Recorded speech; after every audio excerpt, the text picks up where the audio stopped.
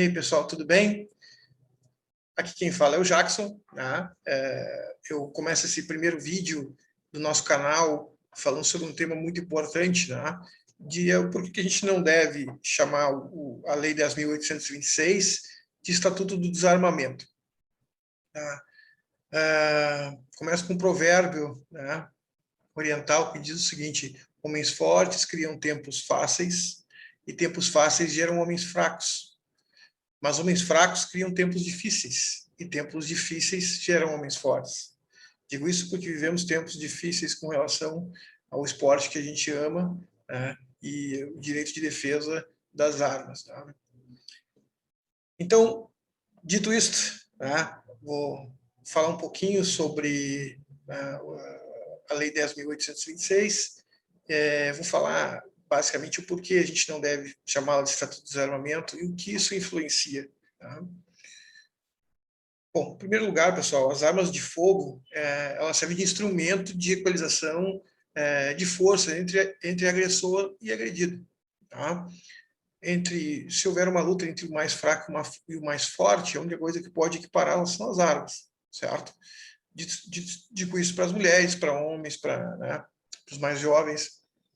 Então, antigamente, a gente tinha mais ambientação com as armas. No Rio Grande do Sul, um estado altamente armamentista, nós convivemos com armas desde crianças. Né? Então, aqui, certamente, é onde a gente consegue mais acesso, mais facilidade e mais condições de acesso às armas. Né? Mas tudo isso vem trazendo diversos problemas, e a gente não sabe, né, e a gente precisa entender, né, quando começou o desarmamento no Brasil, né, quando começaram a embutir isso na cabeça das pessoas, que isso era bom, que desarmar as pessoas, o cidadão civil, o cidadão de bem era bom. Né? E o porquê se faz isso. Né? Então, a gente vai começar falando do porquê. Primeiramente, né, desde a primeira fase, o primeiro instituto de desarmamento do Brasil, vamos imaginar assim, foi implementado na época da colônia portuguesa. Né? O que a colônia portuguesa fez? Né? Ela viu que existia um problema, né, que eram os subjugados, os índios, né, que começaram a se revoltar. Então, o que ela fez? Tá? Ela criou uma lei que, onde fabricar armas de fogo, né, poderia ter a morte como punição. Isso lá na época da colônia. Né? E a função não era proteger as pessoas, né, diminuir o crime como hoje foi implementado. Era justamente para... Né, a função era retirar o poder bélico das mãos dos povos subjugados, diretamente representado pela população escrava e indígena. Então, naquela época lá, já se começou a implementar o desarmamentismo no Brasil, né? Mas sobre a bandeira de que, né, esses povos poderiam tomar conta, né? Ou seja, o povo poderia tomar conta. Né? Depois disso veio Getúlio Vargas e fez tentou novamente, né, e colocar o povo brasileiro sobre o desarmamentismo. Ele baixou um decreto chamado Decreto 24.602, de 1934, né, restringindo calibres e armamentos para a Polícia Estadual e cidadãos, né, evitando, né, que os estados estabelecessem frente às tropas federais. Tá? Então, desde Getúlio Vargas. Tá? Então, nós temos um problema aí. Né? Desde Getúlio Vargas, a ideia era enfraquecer o povo, né, retirando do povo o acesso às armas. Certo? E aí nós chegamos depois, né, na Lei 10.826 de 2003, né, que o intuito, né, inicial era, tá, acabar com o comércio de armas do Brasil, através do artigo 35, que proibia, né, a comercialização de armas de fogo, né, e munição em todo o território nacional. Mas isso, tá, ficou dependendo de um referendo popular que aconteceu, né, em 2005, e que, cara, por ampla maioria, o povo disse que não queria o fim do comércio das armas no Brasil, certo? Então, Estatuto do Desarmamento, né, foi a ideia inicial, né, porque queria remover o comércio de armas no Brasil, que não, né, que não pegou, que não foi, que não aconteceu. Por quê?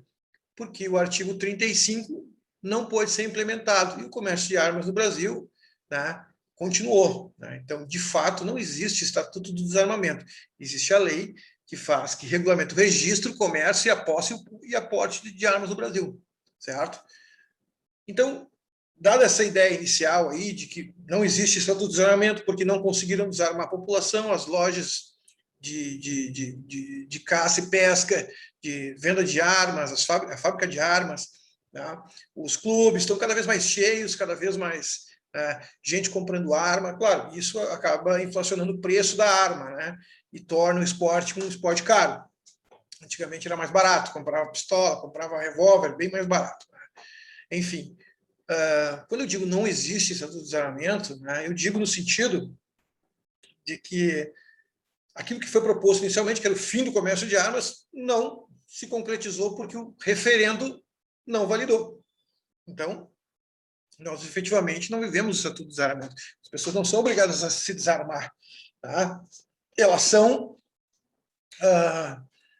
restritas, né, a algumas situações.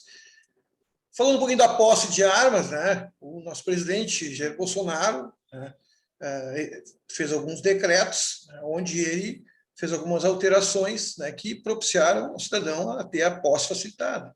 Hoje, a presunção, né, de veracidade da declaração de efetiva necessidade, né, fez com que tu não precise comprovar que tu precisa de arma.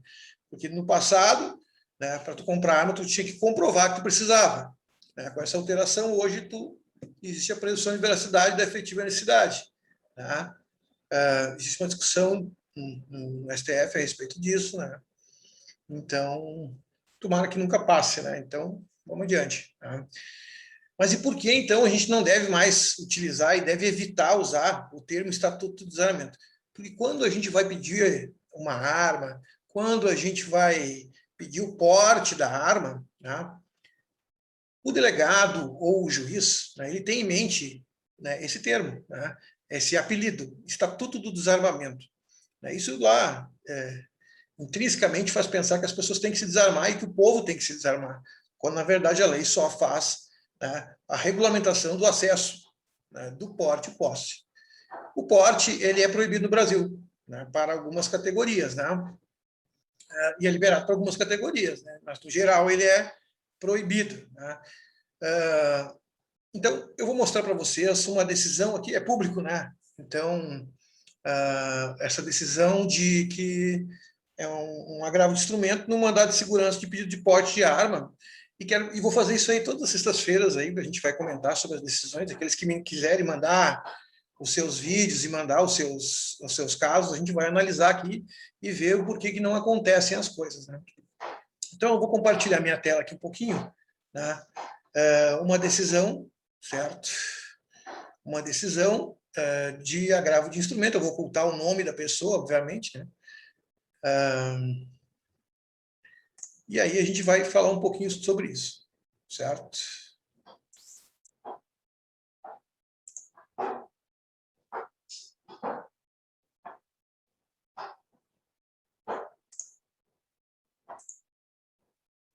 Olha aí.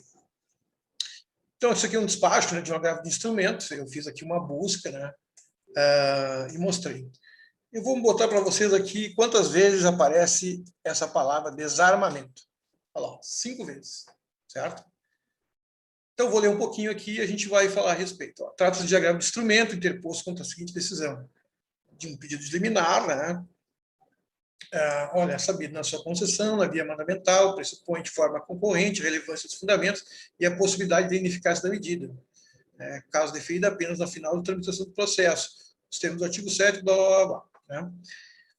Em caso ausente dos requisitos. Né? Aí começa aqui, o Estatuto do Desarmamento, né, restringiu a autorização para o porte de arma de fogo permitido àquelas pessoas que demonstrem sua efetiva necessidade por exercício de atividade profissional de risco ou ameaça à sua integridade física, nos seguintes termos. Então, ele coloca aqui o artigo 10, né, que trata das duas possibilidades a qual hoje o cidadão tem para conseguir o porte de arma, certo? Então, aqui ele começa já falando de Estatuto do Desarmamento, tá? Ou seja, uma coisa que não existe mais desde a ineficácia do artigo 35, lá, que ia... Mas está imbuído na cabeça do juiz que existe um Estatuto de desarmar as pessoas, né? de regular o acesso às armas. Embora o porte seja proibido no Brasil, existem duas situações que tu pode requerê-lo, que é o risco efetivo da profissão, né? Ou seja, aquilo que tu faz, e ou ameaça à integridade física. Isso aí nós vamos ter um vídeo lá em separado para falar quando é a atividade profissional de risco, quando é a ameaça e como que elas, né, e como é que elas se consumam, né, como é que a ameaça se consuma e como é que a atividade profissional de risco se caracteriza, né, para que tu possa efetivamente lá no futuro tentar escrever o teu próprio requerimento de posse de arma, de porte de arma, né.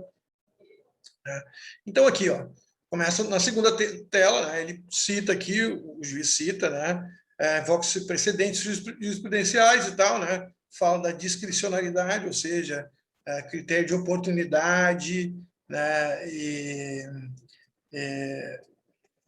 para conceder o porte, né. Então, essa discricionalidade aqui já foi várias vezes discutida, né, que em alguns casos ela se excede, né, ou seja, jogar só na discricionariedade a possibilidade de concessão do porte de arma tá, é completamente fora, é descabido, né? Então, aqui, mais uma vez, eles falam em Estatuto do Desarmamento, certo? Lei 10.826 de 2003, certo? Então, coloca aqui um precedente e tal, né? Depois, mais uma vez aqui já começa, isso aqui do Rio Grande do Sul, né? Então, foi uma decisão aqui do delegado de polícia federal aqui da região de Porto Alegre, né? Então ele coloca lá, né? Essa aqui é a justificativa que ele deu quando indeferiu o requerimento de porte de arma, né? No caso dos autos, a autoridade administrativa, em seu juízo discricionário, entendeu que a situação do autor não se enquadra nas hipóteses em que é admitida a autorização por porte de arma. Em decisão devidamente fundamentada, e a gente vai discutir isso aqui, o que é devidamente fundamentado e o que não é, tal qual transcreve-se por pertinente o seguinte é certo. Isso aqui é uma decisão padrão, certo? Quem já entrou com pedido de porte de arma em Porto Alegre sabe que recebe isso aqui como sempre, né? Então, toda vez que tu entra com pedido de porte de arma aqui em Porto Alegre, sob o fundamento da atividade profissional de risco, né, o risco da atividade, tu recebe essa mesma fundamentação. Isso já, por certo, já não é o correto, porque cada cidadão tem direito de um julgamento, né, de uma decisão pessoal, né, já que isso o critério é pessoal, né? Então, o fundamento que o delegado que utilizou foi a atividade profissional exercida pelo requerente não está no rol de funções elencadas no Estatuto do Desarmamento.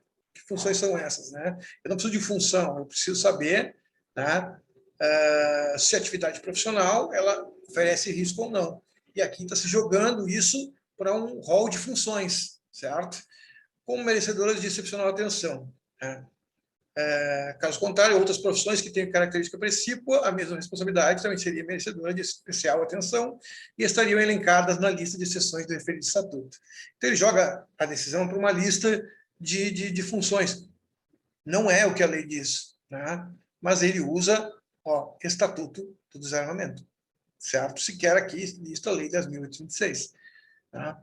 Cumpre dizer que a Lei 10.826, Estatuto do Desarmamento, proibiu o porte de armas, né? Então, beleza, mas aqui ele colocou entre parênteses, olha, né?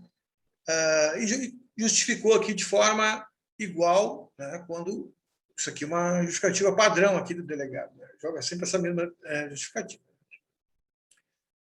No que diz respeito à violência, se apresenta em quase todos os lugares e horários. Assim, teríamos que conceder porte de arma para quase toda a população. Ora, se toda a população, né, precisa, então quer dizer que não existe, que essa lei é ineficaz, certo? Porque aqui é um reconhecimento, no que diz respeito à violência, essa se apresenta em quase todos os lugares, ou seja, se ela se apresenta em quase todos os lugares, é direito do cidadão se defender, né? Lugares e horários. Assim, teríamos que conceder porte de arma para quase toda a população, o que feriria a lei do desarmamento. Não existe uma lei do desarmamento, gente, certo? Existe uma lei que regula a posse, o porte de armas no Brasil, certo? Então, repito, o que feriria a lei do desarmamento? Não existe lei do desarmamento. Não existe lei do desarmamento, né? Existe a lei que regula o acesso ao porte e à posse, certo? Então, aqui nesse trecho fica muito claro, né, para quem lê, né, que isso está na cabeça do delegado, está na cabeça de todos os delegados, basicamente, certo? Que existe uma lei que, né, que orienta ao desarmar as pessoas, e não é verdade. Né? Tanto é que hoje tu tem direito a ter 4 armas, certo? Tá? E o julgamento passou a não ser pessoal, o julgamento passou a ser coletivo, porque se diz respeito a que a violência ela é presente em todos os lugares, em todos os horários, quer dizer o seguinte, né? Primeiro, a segurança pública falhou, né? E o cidadão tem direito de defesa, né? Ou a lei, né, ela é ineficaz, que é o caso aqui. Mas eu, tornando ao objeto do vídeo aqui, que nós estamos falando, então, quando a gente fala em Estatuto do Desarmamento ou Lei do Desarmamento, a gente está fomentando, está ajudando o delegado, né, ajudando as autoridades judiciais lá, o juiz, o promotor que julga o caso, reforçando a ideia de que existe uma lei que força o brasileiro a se desarmar. Né? E isso não é verdade. Então, eu queria colocar isso aí para vocês, né? E aqui, ao final, né, ele decide pelo indeferimento, no caso do juiz, né, do delegado, né, e o juiz acredita que, olha, ele realmente indeferiu com fundamento, só que não analisou o caso pessoal, não analisou o que foi alterado agora pelo decreto 9847, ali nas últimas alterações, né. Então, a gente vai fazer análises de alguns casos, certo? Por exemplo, quando cabe de verdade um mandado de segurança, né? Por quê? Porque aqui o juiz é muito claro, né? Ele só vai conceder um mandado de segurança se houver alguma ilegalidade, certo, no processo. E é o que a gente tem que forçar, é o que a gente tem que entender. Por quê? Porque existe uma instrução normativa chama IN 180, né, que regulamenta como esse processo deve acontecer, e existem várias falhas em processo por todo o Brasil. Né? E é aí que a gente tem que explorar para conseguir, em sede de mandado de segurança, o porte de armas. Mas isso é tema para um outro vídeo. Né? E se vocês lerem essa decisão, ou procurarem qualquer decisão, né, o juiz aqui coloca, não se passa, não há como concluir que o impetrante não tenha, de fato, direito líquido certo, né, e aí, porque ele não houve uma prova pré-constituída e tal, ele acabou, em agravo, indeferindo o pleito, né, de liminar, pedido liminar. Né. Então, gente, esse aqui foi o primeiro vídeo, né, que a gente vai falar e conversar bastante a respeito. Eu peço a todos que curtam, né, os nossos vídeos, curtam a nossa página do Facebook, que se inscrevam no nosso canal, porque a gente vai falar muito sobre isso. Eu vou pegar muitas decisões assim de indeferimento, a gente vai falar, vai colocar ali onde que o delegado pode ter falhado e a gente fazer o recurso. Eu vou falar sobre, né, como é que é o processo interno do Sinab, como funciona, como é que quando tu entra com pedido de porte, o que acontece se é indeferido, para onde tu tem que recorrer, quanto tempo demora, né, quais são os fundamentos que a gente vai... Então, assim, ao longo do tempo, a gente vai explanando tudo isso, né, e vai colocando à disposição de todos vocês, tá bom? Um forte abraço a todos, reitero que vocês inscrevam-se no canal, né, e compartilhem, tá, os conteúdos para que a gente possa ir aí tendo mais sucesso e conquistando mais portes pelo Brasil todo, né? Eu vou ter alguns convidados aí posteriormente que a gente vai falar, né? E a gente vai evoluindo aí. Um forte abraço.